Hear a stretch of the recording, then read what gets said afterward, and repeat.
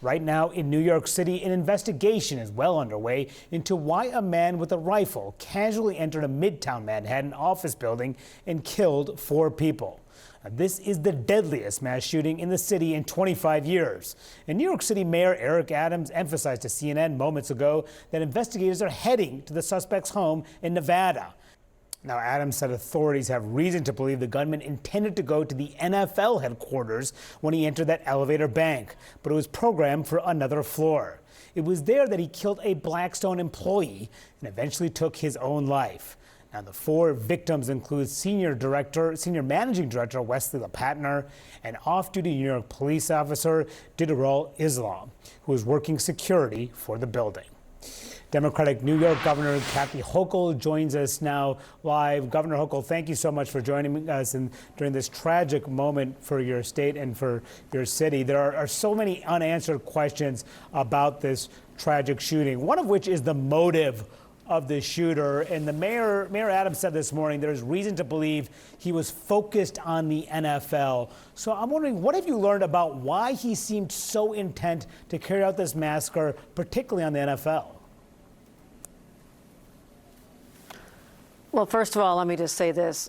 Our city and our state are grieving right now for the loss of innocent lives, of people just doing their jobs, particularly a police officer who always takes risks every day, but certainly his wife and 2 little kids expected to see Officer Islam come home at the end of the day. And to the others who lost their lives, I'm sitting in Midtown right now. My office is just a few blocks away.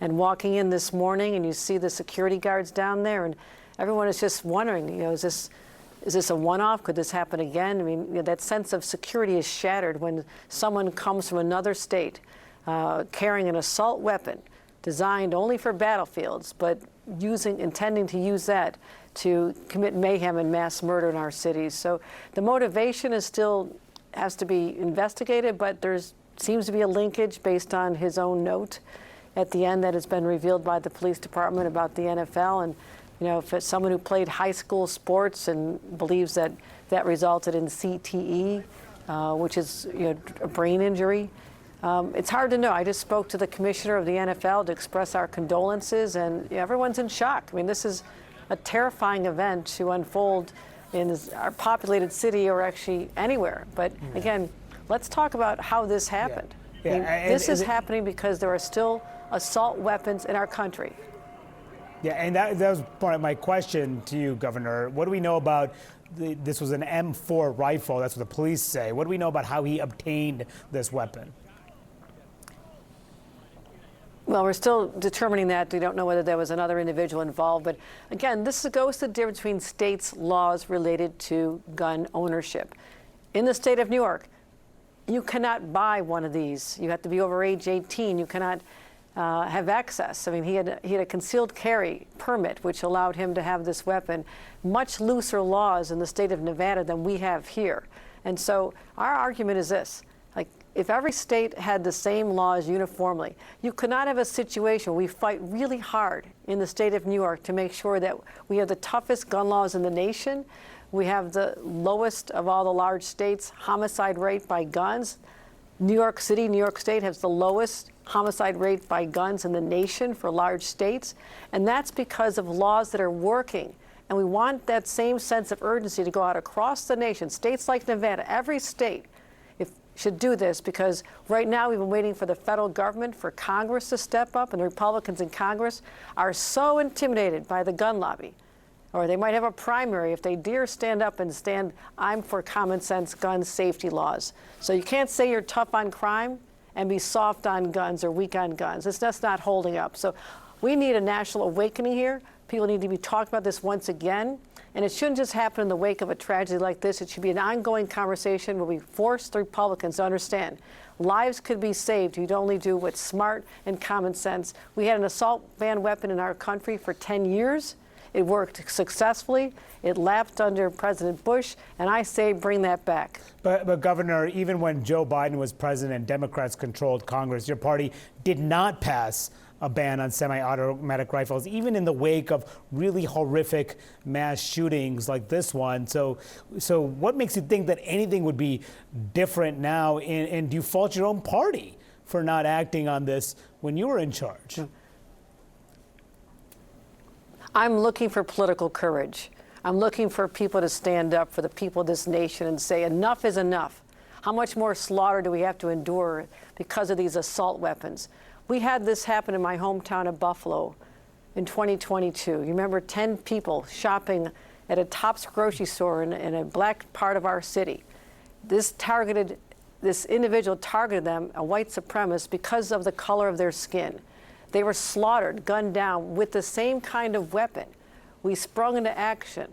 We made sure that our laws were tougher and tighter, and we're doing much more to keep people safe in the state of New York. But I don't want to be having my residents affected by someone coming from another state who could easily get their hands on this assault weapon, travel across multiple states, and do what they did just yesterday. So I want to be able to protect New Yorkers. It's my #1 priority. And it's hard to do it when other states aren't stepping up, and certainly Congress has let us down. And Governor, people who would oppose a national ban on semi-automatic weapons, which you're calling for now, would say that there needs to be amped up security, physical security in some of these buildings. Here in what happened yesterday, from what you know, was there sufficient security inside that building? There was very much security in that building. To have a company hire an off-duty police officer, I don't know how you get more secure than that. And all the systems they had in place and the training they had in place. I'm still learning more about what those systems were. I've been in that building, and it takes an awful lot to be able to get upstairs. But how you stop someone who walks in intent on murdering the first person they encounter, who's a police officer, and trying to stop them, that's almost impossible. So for people who are blaming the security system, are looking at the wrong culprit here. Look at the weapon of mass destruction that was used to destroy lives in my city. That's what we have to go after. Governor, the shooting comes as you're facing your own tough re-election campaign, and Republican Congresswoman Elise Stefanik, who could challenge you in that race, posted to X overnight saying, "We cannot allow radical anti-police, dangerous policies to continue." And then she went on to attack the New York mayoral candidate Zohran Mamdani, saying, flashback, Kathy Hochul's very own Kami Mamdani, a disgrace and truly unfit to be mayor of New York City. The post, June 2020 post from Mamdani calling to, quote, defund the police. What do you say to Congresswoman Stefanik? That's about as pathetic as it gets. I mean, seriously, going after an unelected official who said something back in 2020 when many people were. I mean, come on, give me a break. I mean, ask her the question, what are you doing to make your constituents safe? You don't mind taking away their health care. You don't mind education cuts. You don't mind nutrition cuts. You don't mind hurting your farmers. Like, why don't you have some spine and stand up for the people who put you in your spot? And so that's what I'm looking for, people to not be deflecting. Stand up to the gun lobby and show that you have the courage to do something that's actually pretty useful instead of just complaining about tweets. I don't talk about tweets. I don't do tweets on this. I govern. I know what I'm doing, and we have the toughest gun laws in the nation. And as I said, we are in the top, we are #1 of the large states for gun safety. That's what my job is. The governor is supposed to save her constituents, and I'm doing that every day with these tough laws. And I'm going to continue. One murder, one slaughter of an individual is too many, but we're at it. $2.6 billion. Talk about funding police. No governor in the history of New York has invested more money and resources for our local law enforcement to stop crimes, and our crime rates are dropping dramatically. $2.6 billion. That's what I call funding the police. So stop deflecting. So she was quoting Zohran Mamdani. Just to be clear to our audience here, are you endorsing him in the race for mayor? No, and listen, why we talk about this today. There are families that are grieving. I'm sorry. You know, we're not talking politics. This is not the time and place for it. It's about action and showing compassion and empathy for people's lives are forever destroyed. And a new baby on the way who's never going to know the baby's father. I mean, this is what I'm thinking about today, not politics. Have you spoken to the families of the victims from this massacre last night, Governor?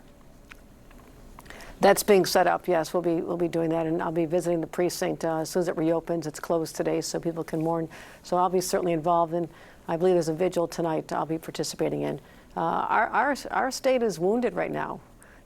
We're hurting. You know, we'll fly flags at half-staff, and we'll give thoughts and prayers and condolences, as is customary. But I want more than that. I want action. I want Congress to step up and use this example of how this weapon of mass destruction destroyed the life of young families. And it's time to act. Really, it's time to act. Have you? This president said he was been briefed on this. Have you heard from the president at all? The White House contacted us yesterday. I've not spoken to him directly. Okay. All right, we'll leave it there. Governor Hochul, we really appreciate you coming on, and our condolences to your state and after this very, very tragic shooting. And we wish everyone some peace in this very difficult moment. Thank you for joining us.